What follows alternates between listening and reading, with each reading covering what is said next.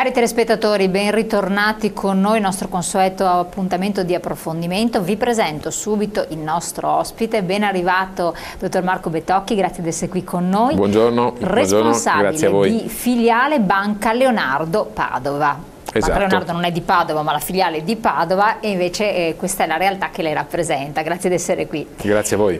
Allora, la sua presenza ci serve ad aprire un capitolo su una realtà bancaria, economica, finanziaria, che dir si voglia, che entra nel territorio veneto, sceglie Padova e lo fa in un modo anche particolare. Vediamo di capire perché, quali sono le opportunità che vengono offerte, cerchiamo di entrare, quindi scoprire cosa ci sta dietro una realtà che non da tutti è conosciuta, non è uno dei nomi che usualmente si sentono nominare, proprio perché le sue ubicazioni sul territorio nazionale sono ben precise, in virtù di scelte ben precise. Allora, dottor Betocchi, siamo in un momento particolare, proprio in questi giorni, non si fa altro che parlare di banche, ex banche, trasformazioni, disastri vari che sono successi. L'imprenditoria o i grandi, medi investitori, ma anche piccoli della nostra regione hanno più o meno subito tutti dei tracolli, delle situazioni molto molto difficili che sono ancora purtroppo in corso. Banca Leonardo cos'è, cosa rappresenta, come si può differenziare da altre realtà? Vediamo di capirlo insieme. Banca Leonardo è una delle poche realtà italiane, delle pochissime realtà italiane che si occupa esclusivamente di wealth management, come si dice, cioè di gestire e amministrare i patrimoni della propria clientela.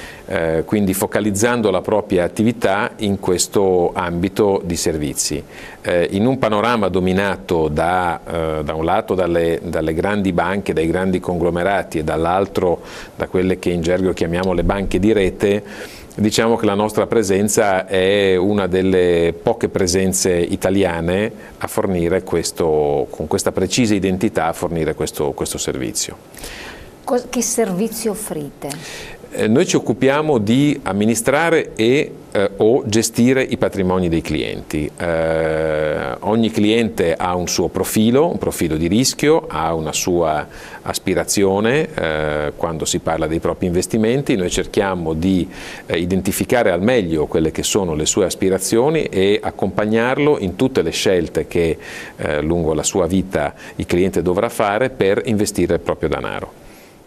Adesso vediamo un po' capire, ci racconti un po' la storia, come nasce Banca Leonardo, dove nasce, che scelte ha fatto sul territorio, insomma un po' di racconto, così riusciamo a capire cosa ci sta dietro. Ma Banca Leonardo nasce proprio con questa aspirazione all'epoca della prima grande riforma del mercato finanziario italiano nel 1990, quando con una legge vennero cancellati, diciamo comunque venne abolito l'istituto degli agenti di cambio.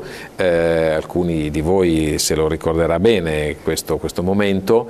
Gli agenti di cambio più importanti e più prestigiosi si riunirono attorno alla figura dell'allora presidente per creare prima una SIM e poi una banca che si chiamò appunto immediatamente Banca Leonardo e che da allora diciamo ha un posto ben preciso nel panorama finanziario italiano come banca di consulenza e di gestione. Nel 2004 circa l'arrivo del presidente Gerardo Bragiotti, una delle figure più importanti nel panorama finanziario e bancario italiano, ha portato un grande rinnovamento e un potenziamento della banca che oggi può contare fra i propri azionisti alcuni dei gruppi industriali più rilevanti in Italia.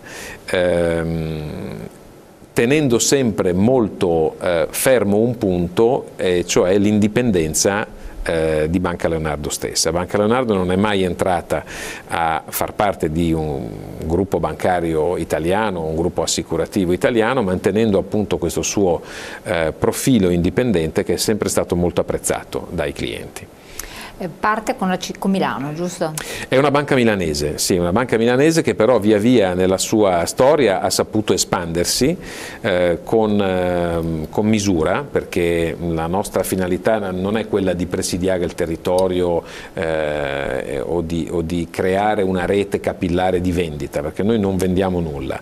Quindi attraverso le nostre filiali, che oltre appunto alla sede di Milano sono Roma, Firenze, Torino, Lecco e ora Padova, cerchiamo di fornire un servizio, cercando di avvicinarci alla clientela, dando un servizio che in tutte le filiali è innanzitutto un servizio bancario. Ogni filiale è dotata di servizio bancario completo, quindi di cassa ed eventualmente di tutti i servizi correlati come le carte di credito e gli assegni, ma soprattutto è una filiale funzionante, non un ufficio, diciamo, di promozione finanziaria, nella quale filiale appunto il cliente può trovare tutta l'identità e tutti i servizi di Banca Leonardo. Come mai avete scelto, giustamente ha detto che sono partiti da Milano, anche il cuore finanziario lo è sempre stato, poi in particolare negli anni 90 comunque ha una valenza strategica, certo. C'è sempre stato comunque il nord-est che da molti anni, a parte dopo la grande crisi, ma si sta riprendendo bene, che è stato un motore propulsore e dove l'economia e la finanza hanno sempre avuto una valenza importantissima per quanto riguarda l'interazione con le aziende del territorio, piccole e medie realtà, per certo. carità. Però abbiamo visto locomotiva d'Italia, a prescindere dalle grandi multinazionali che ci possono essere, con sede anche a Milano, e fattore interessantissimo anche di studio per tante realtà bancarie. Non per niente sono nate le banche del territorio, proprio hanno avuto certo. questa allocazione. Come mai fino a ieri non avevate pensato, in un momento anche quando magari le cose andavano meglio, di aggredire, di offrirvi, di presentarvi nel nord-est e soltanto adesso? Ma allora voglio innanzitutto chiarire che la nostra presenza a Padova è una presenza che è stata studiata già da qualche tempo e quindi il nostro... Immagino ci sia dietro tutto un Sì, assolutamente. Noi ci muoviamo in maniera molto solida, magari non velocissima, però molto ponderata e molto solida. Coi piedi di piombo, insomma. Coi piedi, sì, diciamo coi piedi di piombo, per usare un'espressione assolutamente corretta. Quindi la decisione di venire qui a Padova in realtà risale già a qualche tempo fa. La coincidenza con quello che purtroppo è successo, dico purtroppo perché è un danno per tutto il tessuto finanziario, bancario e industriale veneto ma anche italiano, quindi la coincidenza con quello che è successo è puramente casuale. Noi avevamo già deciso di venire a Padova e quindi non ci siamo venuti per, diciamo, speculare su una situazione che, ripeto, è molto negativa per tutti i risparmiatori locali. Certo è che ho notato che da quando siamo arrivati in coincidenza appunto di certi avvenimenti, l'interesse per Banca Leonardo, per la serietà della sua proposta, per la reputazione che Banca Leonardo si porta dietro è certamente aumentato, questo sicuramente sì. Sì, prego. No, per noi il Triveneto, Padova sono un'area, non lo inventiamo certo noi, di grandissimo interesse, non solo perché ci sono ottime possibilità per la raccolta del risparmio, ma anche perché qui c'è una vivacità e una cultura che per noi sono estremamente interessanti, la troviamo negli imprenditori, nei professionisti, anche nelle classi più giovani, cosa che in poche altre aree d'Italia io ho riscontrato. E come mai secondo voi c'è questa connotazione, questa particolarità che effettivamente tante altre banche analizzano e riscontrano? Perché comunque non è vero che da altre parti d'Italia, sì, a livello diffuso sì, però ci sono anche lì grandi ricchi, insomma, sostanzialmente. Ma guardi, dicono le statistiche che se noi potessimo tracciare con un pennarello rosso un circolo intorno all'area che va da Milano a Venezia, con diciamo Bologna come confine a sud, quest'area è una delle aree con il PIL, con il prodotto interno lordo più alto d'Europa. Questo dimostra che c'è uno spirito, una imprenditorialità, una vivacità, un coraggio che l'imprenditore, il professionista di quest'area ha dimostrato, portando questa regione dal dopoguerra a oggi a dei livelli di sviluppo incredibili, se pensiamo anche al relativamente ridotto periodo di tempo che è intercorso. E ripeto, anche nelle persone più giovani, quindi nelle nuove generazioni, che non sono più le generazioni delle persone che hanno creato le fortune nel dopoguerra, ma sono quelli che vengono dopo, le persone che oggi hanno 40 anni circa, noi riscontriamo lo stesso tipo di vivacità e lo stesso tipo di interesse per proposte che possono essere quelle che portiamo anche noi. Quello che volevo capire è, secondo voi c'è stato un errore da parte degli investitori in generale? Che cos'è che voi, come vi presentate come alternativa da poter così provare, annusare da parte di un investitore rispetto ad altre situazioni dove magari le cose sono finite diversamente? Ma non sta a me. E quindi chi siete sostanzialmente? Certo, come dicevo, non sta a me giudicare quello che è successo. No, non entriamo a giudicare, perché poi là si apre un vortice. Esatto, una faccenda troppo complicata, troppo complessa e soprattutto molto spiacevole, ripeto, che ha fatto secondo me danno un po' per tutti. Noto però che la semplicità e la trasparenza della proposta di Banca Leonardo viene accolta, come dicevo, con grande interesse. I valori nostri sono pochi, ma sono molto chiari. Come dicevo, l'indipendenza, perché abbiamo fra i nostri azionisti i maggiori gruppi industriali italiani e esteri, quindi questo è facilmente percepito come un indice di solidità e di indipendenza da parte dei clienti.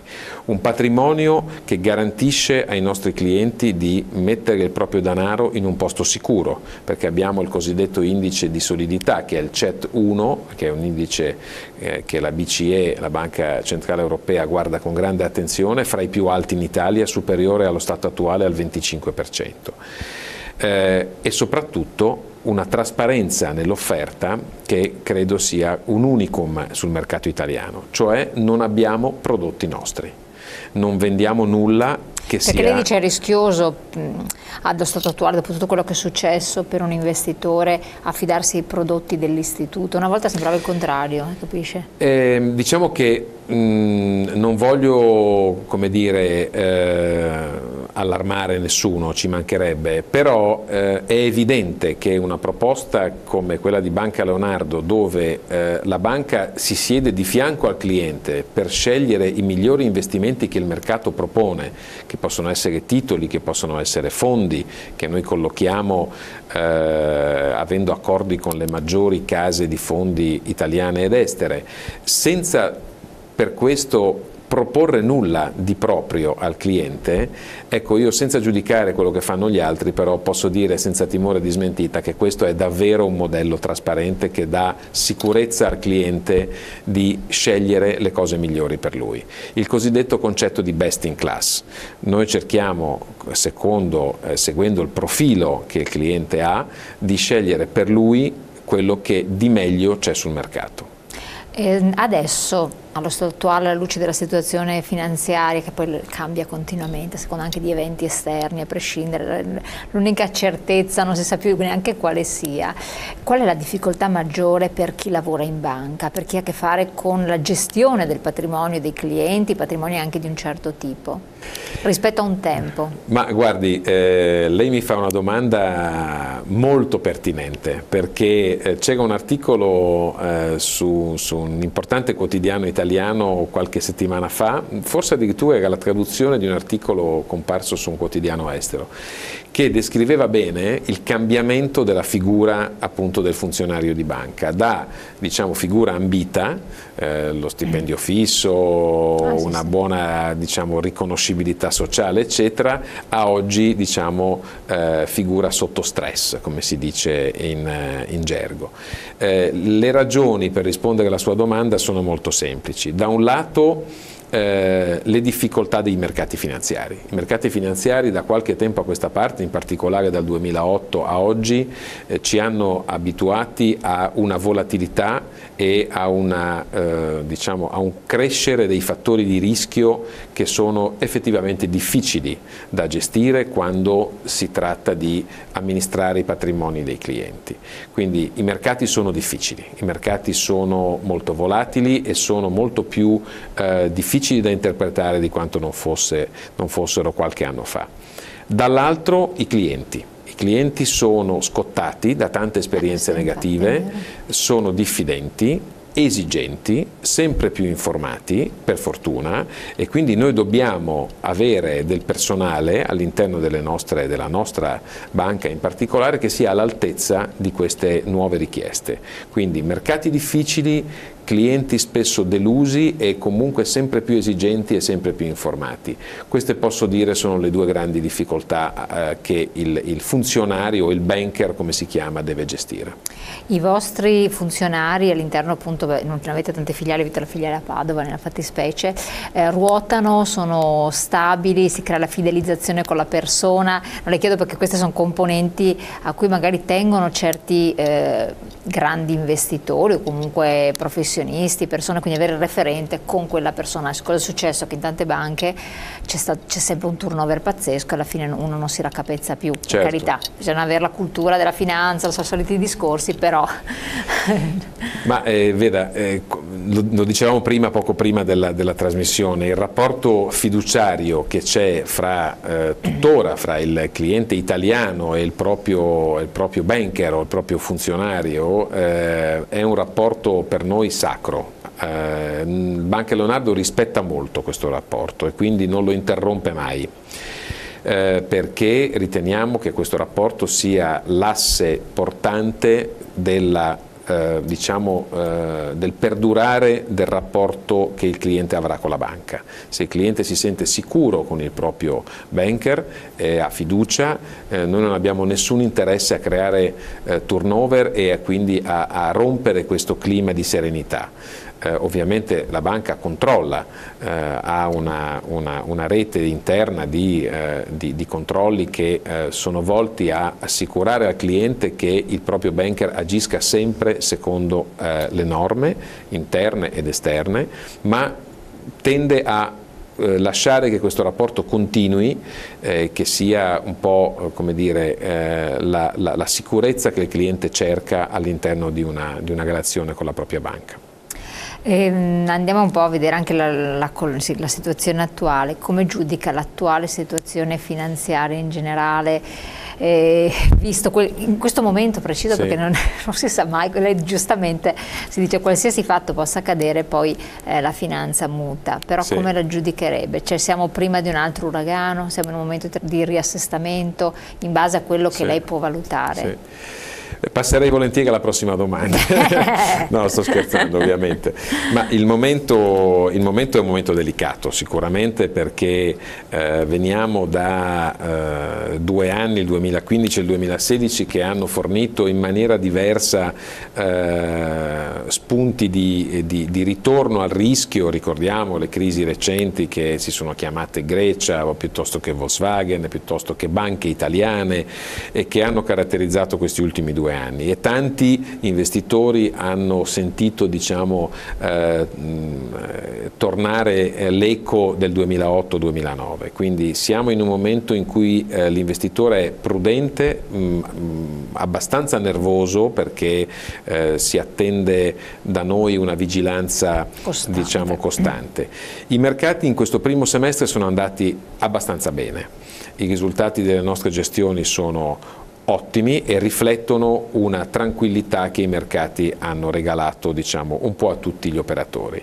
Questo grazie soprattutto a una situazione economica europea che in fondo non è così male. I risultati delle aziende che sono stati pubblicati in questi primi 2 trimestri sono discretamente buoni. Il programma della BCE di quantitative easing, quindi di aiuto al mercato finanziario, di erogazione di denaro attraverso il riacquisto dei titoli che sono presenti sul mercato, ha funzionato e ha dato molta stabilità al mercato, e non ultimo anche le promesse che Trump ha saputo diciamo, fornire al mercato, dare al mercato americano, hanno contribuito anche dall'altra parte dell'oceano a generare un clima per ora di una certa positività. Quindi insomma, possiamo un po' stare più tranquilli? Allora, fino adesso è stato così.